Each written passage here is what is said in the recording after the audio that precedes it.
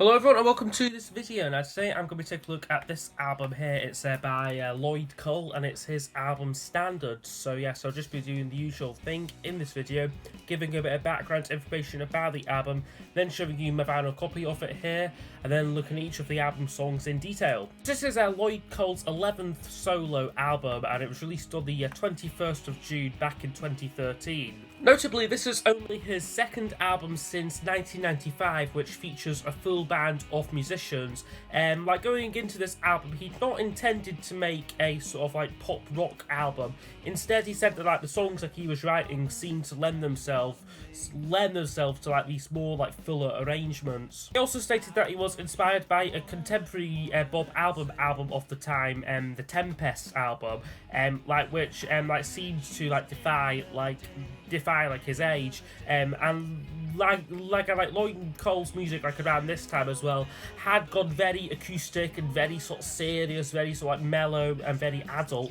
That he thought it would be kind of fun to do an album where he just lets his hair down a bit and just has fun making it. So the band that he assembled for the album consisted of a lot of old friends, including the rhythm section from his first two solo albums, drummer Fred Mayer and bassist Matthew Sweet, as well as Blair Cowan, the ex-Commotions member, on keyboards. Now, the whole sort of financing and sort of recording of the album was sort of completely self-funded by Cole.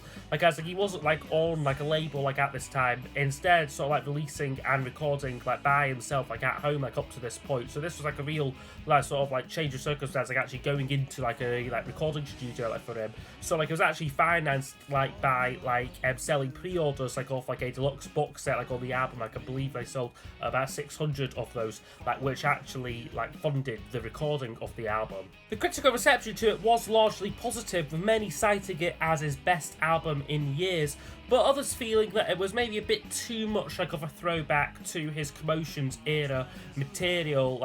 He was kind of it was a bit too nostalgic for some people in some ways. I personally think that that's a load of rubbish, and that this is his certainly one of his best solo albums.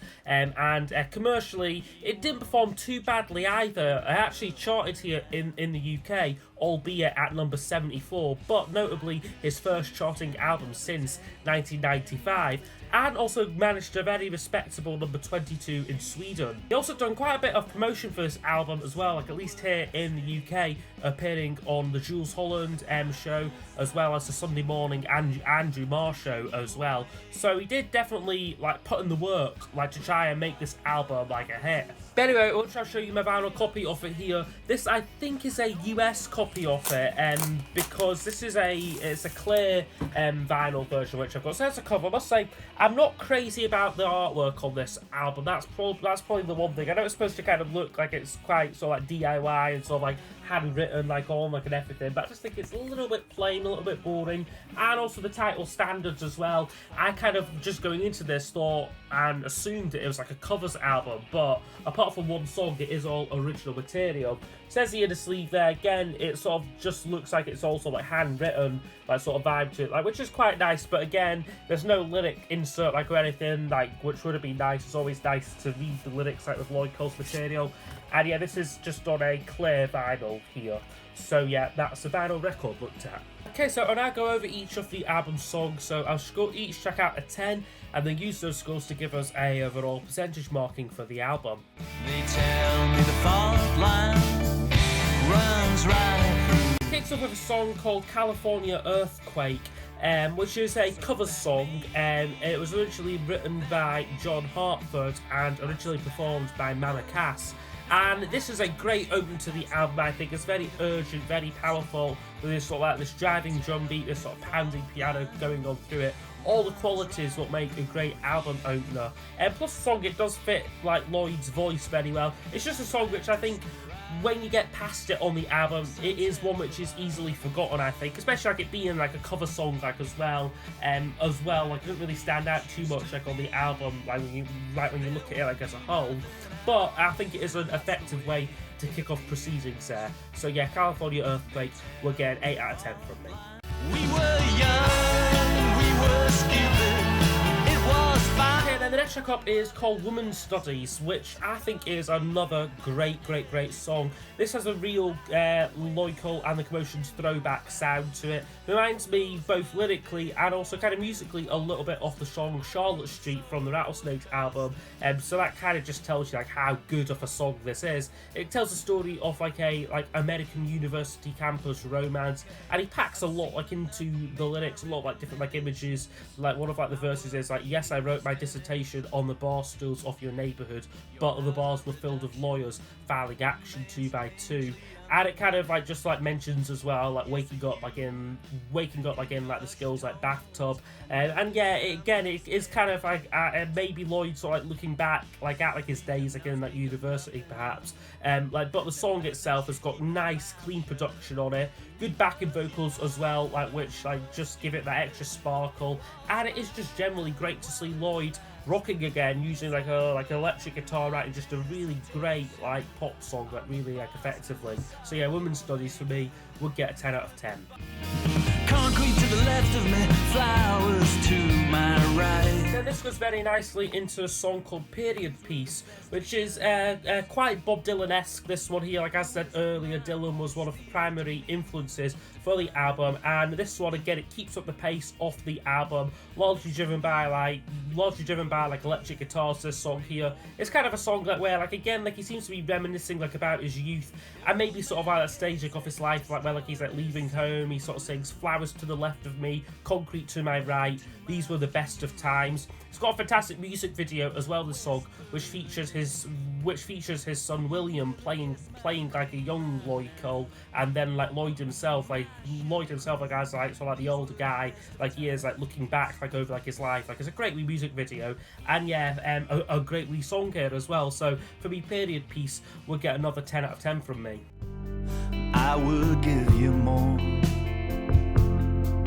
Next track up is called Myrtle Rose, which for me is one of the weaker songs on the album, but it's still a good song, this, and it is one which I think Lloyd does rate highly himself. Like when I seen him live last year, like this is one song like which he did play from this album, and it is a much slower track and much more like acoustic based, this one here. It's quite Leonard Cohen-esque, this one here, and lyrically maybe about the ending like of like a doomed relationship. He sings in it, and I should be the one touched by your very presence, dear, the longer you were gone, the less the longing. And it is a nice melody on it. For me, it just goes on a bit. It kind of touches 5 minutes, this song, and it does get a little bit boring towards the end, but it's still a good song overall, and I would give it a 7 out of 10 for that one. She won't have no truck with me. Next one up is called No Truck, which closes off the first side, and this is another really good little song. Again, it's a more slower track, this, more sort of country style, this one, and it's got some great guitar playing on it as well. Lyrically, I think it's about sort of being content. He sings on it, I don't mind the flowers and the trees, I don't mind the birds and I don't mind the bees, I don't mind the lovers and the love they make, for I'm leaving here today. I think on it, his voice especially sounds really nice, really very warm, very reassuring sort of vocal on it. So yeah, for me, No Truck, another winning track, would give that one a 9 out of 10. Baby, you know it's not about you. Next track up, which opens side 2, is called Blue Like Mars, and this could be my favourite song on the whole album.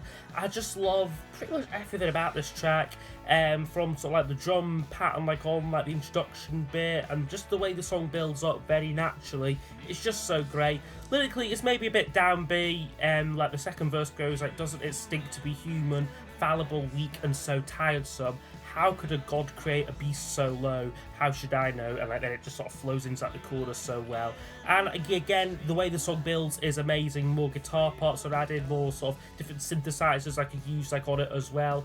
And yeah, it just has for me a very retro vibe. Like I could really imagine this song being on his solo debut album. So yeah, a winning track there for me, Blue Like Mars, and we'll get a 10 out of 10.